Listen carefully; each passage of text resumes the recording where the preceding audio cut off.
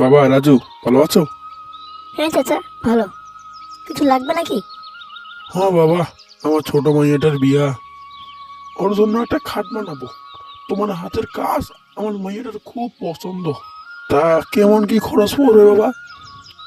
দেখুন কাকা, দাম কিন্তু ডিজাইনের উপর নির্ভর করে।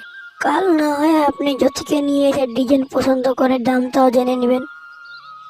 হ্যাঁ বাবা, তুমি ঠিকই কইছো। কাল তাইলে মাইয়ারে লইয়া আসমু।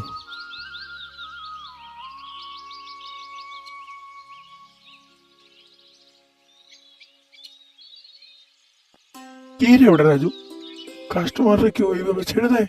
রফিক ভাই, আজগর চাচা আমার কাছে ছাড়া অন্য কারো কাছেই বানিয়ে নেয় না, বুঝেছো? তা ঠিক আছে, সেটা না কালই বুঝতে যাবে তাহলে। রফিক ভাই, আমাদের মাসে টাকাটা দিবেন না? আমার খুব টাকার প্রয়োজন রফিক ভাই। হ্যাঁ, তো কত জানি টাকা? ভাই, 8,000।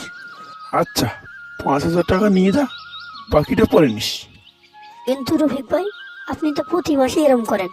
আপনার কাছে তো আমি আরো 2,000 টাকা পাবো। কি বলিস রে, আমি কি তোর বেতন বাকি রাখছি? আচ্ছা ঠিক আছে, কয়দিন পরে বাকি টাকাটা নিয়ে যাস।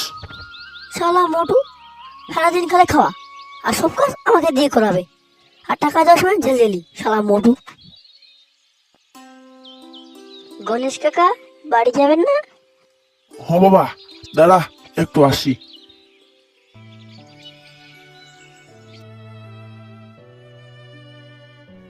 কাকা, বাড়িতে সব ঠিক আছে তো? আর কি ঠিক থাকবো বাবা, মাইয়াটার বিয়ার লাগিয়ে অনেক টাকা দরকার।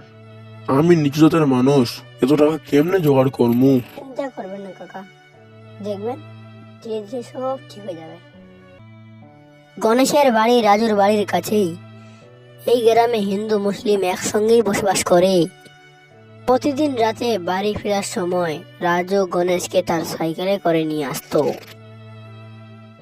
তা বেটা রাজু, তোর মনটা আজকে তো খারাপ লাগছে কেন? আর বলবেন না কাকা, আপনি তো জানেনই রফিক ভাই আমাকে কোনো মাসে ঠিক মতন বেতন দেন না। এবার ওই অবস্থা। শালা বড় দেখে আর কিছু বলতে পারি না।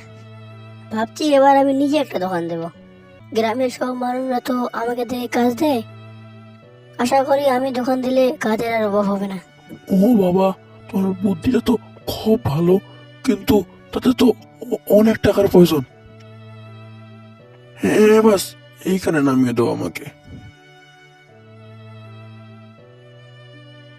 তুমি ঠিকই বলেছো কাকা, দেখি টাকার ব্যবস্থা করা যায় নাকি।